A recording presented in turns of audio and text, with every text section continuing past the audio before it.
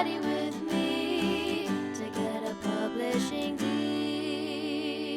Hello everyone, and welcome back to another episode of Get Ready With Me to Get a Publishing Deal. So this episode I want to talk about a very important thing. Publishing! So actually, what is publishing? That's a really good point, I hear you ask. So part of this episode is actually just about what is a deal and how do you conceal the deal. La la la la la la la la la la la. I should mention that today's episode is focused on the UK music business because every music business is very different depending on which country you go to.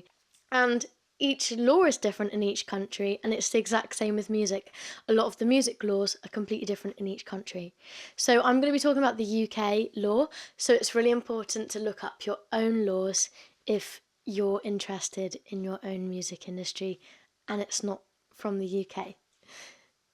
So most of you will be signed, if you're a songwriter or a producer, to a collection society, which in the UK is PRS, which stands for Performing Rights Society.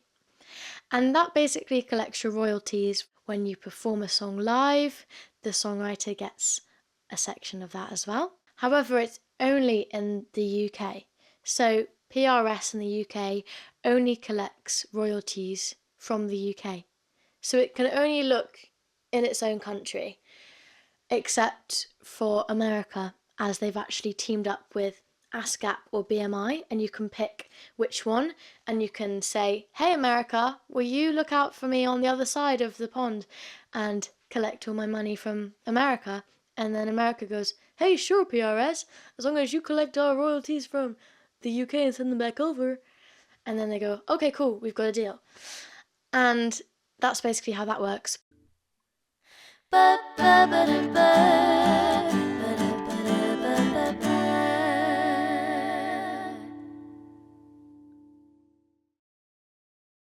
So for me, I only collect royalties from the UK and America through PRS. And the only way to collect royalties from the rest of the world is through publishing. Unless you want to sign up to every single PRS equivalent in the world. But you'd have to do it country by country by country by country, and you'd have to pay the entrance fee for all of them, and it would be so much money and so much hassle, and you'd have too many passwords on the internet that you would be so confused, like, I quit. However, if you wanted to, say for example your music is going viral in Sweden, and you're like, hey Sweden, I actually have like 1 million streams, and you know that equates to what, like £1,000 or whatever it is. I would really like to collect my £1,000 from Sweden, but I can't at the moment because PRS can't see it because it only exists in my country for performing. So I'm going to have to get a publishing deal so that they can get their long hands out like Mr. Tickle, and it goes and picks it out of Sweden and goes shh, and then money drops into your hands. And that's basically why you need a publisher, because they have all these connections, and they also have more revenue streams than you can collect in the world. The publishers collect money from things like the radio stations, the streaming. They also collect money from sync, so like film and TV adverts and things like that, and shops. When your music is played in shops, they have like laser vision, and they can see all of the revenue streams that your music is going, and they can just shake all the trees and then just go shoo, and they just go straight into your hands, and you've got loads of money. Bish bash bosh, right? Hopefully. Well, that's what we're going to learn today. So what is a publisher?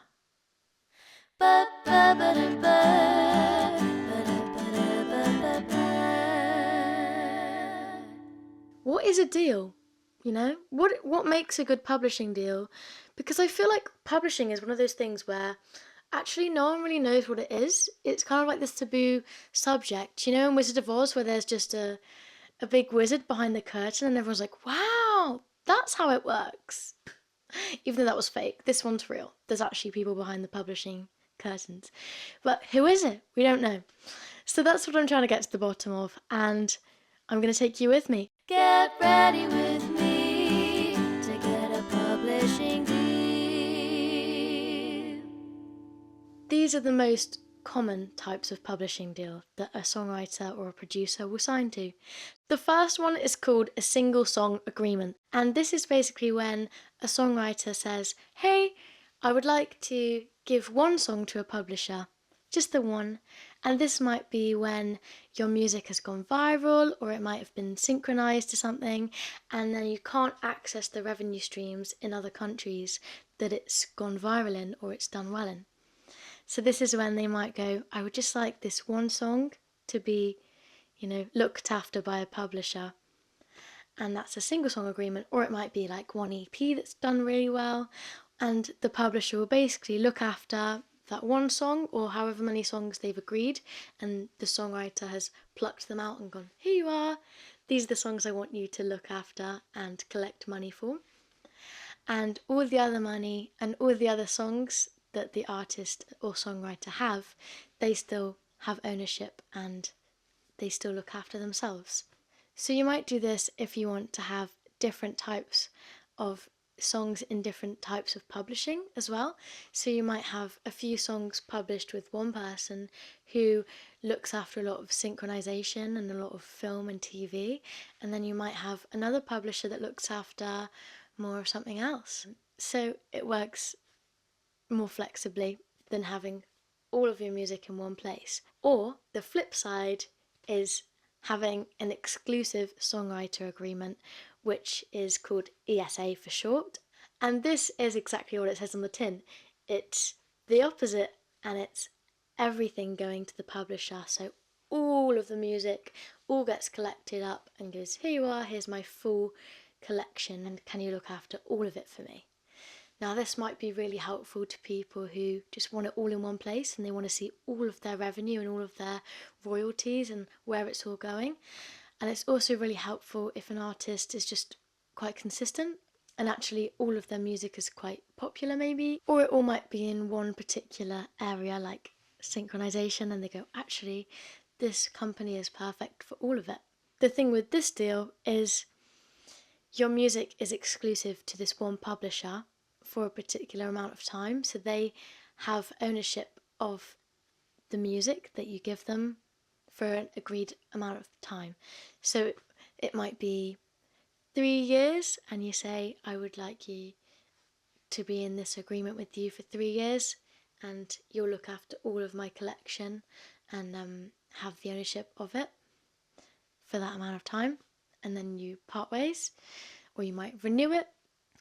The publisher is granted the rights to the music for a certain amount of time. And then the third type of publishing deal is called an admin deal. And this deal is where the songwriter retains 100% of their ownership of the song. So they still own the copyright. So this basically means that, say, the songwriter wants to use one of their songs in a TV advert, they have 100% rights to that. And if someone else wanted to cover the song, they would have 100% of the copyright. An artist would pay them to then cover the song and it would be 100%. Whereas if it was part of one of the other deals, the publisher owns a percentage, so the publisher and the songwriter would have to agree a fee that the artist would come on, pay them to use the song and then go away. And the same would happen for synchronization and things like that, any part of the royalty. And the percentage split is a lot more in the favour of the songwriter or producer in an admin deal. So it's normally an 80-20 split. So 80% of it goes to the songwriter or the producer and 20% goes to the publisher. Something to mention as well is in the UK there's a law where the publisher can't take more than 50% of the royalties. So normally in America, publishers can take up to 80%, so that's a big difference. So sometimes publishing deals in America look good compared to the UK, but actually in the UK we have different laws, so sometimes it can be good or bad, it can swing either way. So it's important to look at the actual country you're in as well, because different countries have different laws. So it's important to know what is the best deal for your own country and your own laws. If you fancy getting to know a bit more about which publisher would be suitable for you, then do some of your own digging and find your favourite artist and just Google what publisher they're with and see. You'd be surprised how many small labels there really are. That's really helpful because it gets to know your own genre and what works with your genre and who's already working in the industry that you would probably want to work with. It's so important to do your research, and I don't want to go through all of the publishers because I think I'd be here for days, weeks, months going through all the publishers just in the UK. So I hope that's helped today and given you a bit of insight into what publishing is.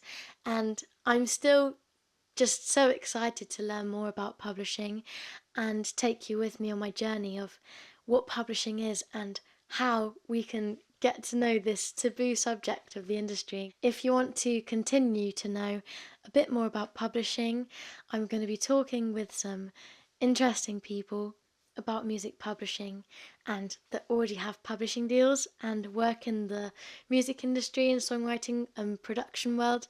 So follow along for more and follow me, and together we're going to learn a lot more, and hopefully you'll get ready with me to get a publishing deal. Get ready with me.